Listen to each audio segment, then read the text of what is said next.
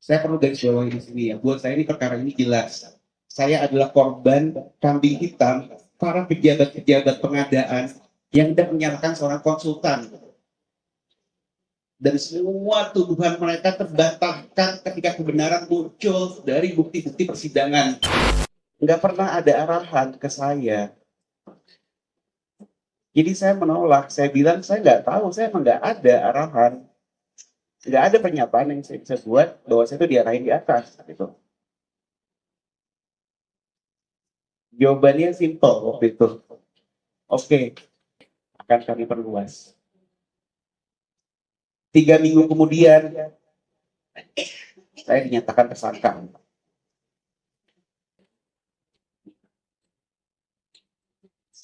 Saya ingin digarisbawahi di sini ya. Saya nggak mau berbohong. Saya nggak mau merekayasa cerita. Saya nggak mau meskipun diberikan ancaman seperti itu bahwa akan diperluas. Saya nggak mau mengkompromikan integritas saya. Dan saya lakukan waktu adalah saya bilang nggak ada. Memang nggak ada yang kejadian seperti itu. Memang terbukti juga akhirnya setelah melalui perjuangan di sidang bulan-bulan kemudian memang nggak ada. Jadi rekan-rekan media, saya berdiri di sini sekarang. Menurut saya, satunya adalah karena saya nggak mau kompromi terhadap integritas saya. Apakah ini proses yang memang harus dijalani? Saya nggak tahu hak saya apa sebenarnya di sini. Semua proses ini sangat melelahkan bagi setiap keluarga. Saya memulai semua masukan saya kepada pemerintah, kepada negara dengan tulus, dan diakhiri dengan berbagai macam intimidasi, tuduhan, yang baru sekarang saya bisa luruskan. Karena baru sekarang terbukti semua. Sepanjang sidang nggak ada yang saya lakukan, nggak ada konflik kepentingan sama sekali. Ketika tadi dibilang gaji saya dari yayasan itu pun nggak ada konflik kepentingan. Sudah terungkap di sidang. Yang donasi ke yayasan itu adalah perusahaan-perusahaan yang punya CSR, nggak ada hubungan dengan pengadaan sama sekali. Bisa disebut karena udah di sidang itu dari Jarum Foundation, Wardah, sama Sudakan. Nggak ada hubungan dengan pengadaan sama sekali. Nggak ada angle konflik kepentingan.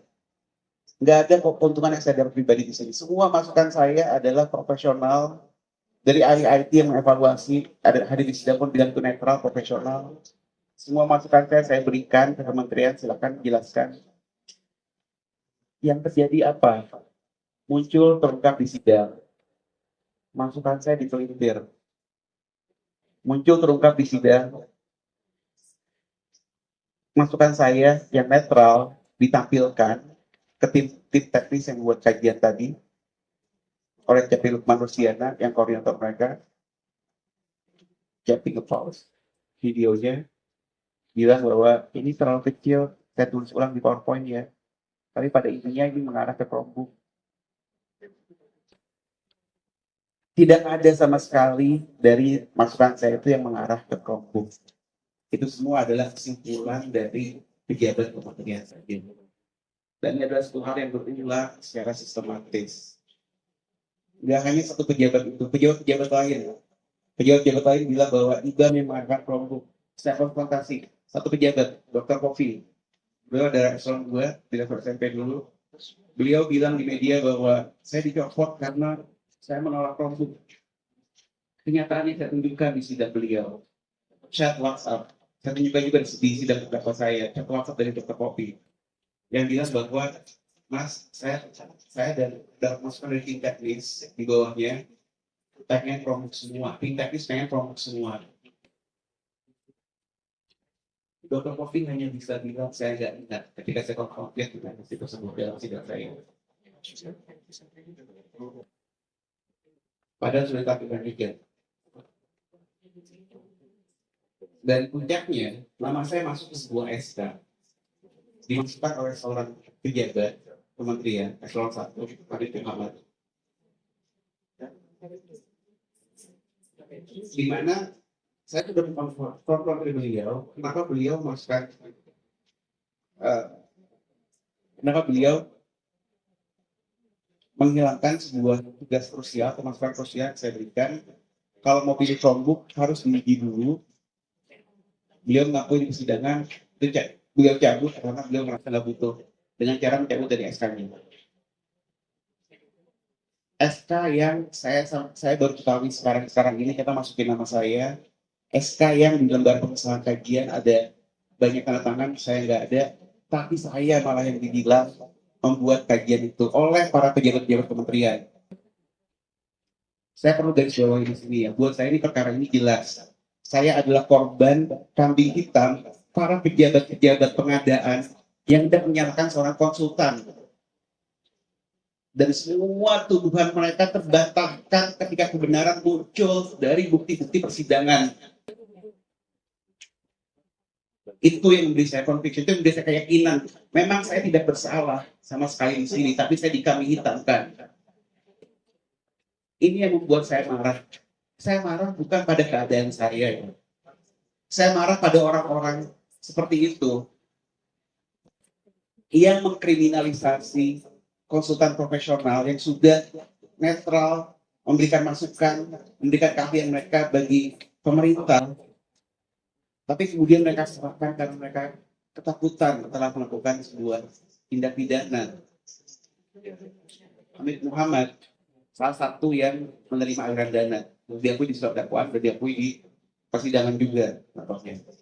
Tapi beliau bilangnya bahwa IBAN yang mengarahkan dia, IBAN yang endorse Chromebook, sangat tidak masuk akal sama sekali. Pola-pola ini terus berulang ya.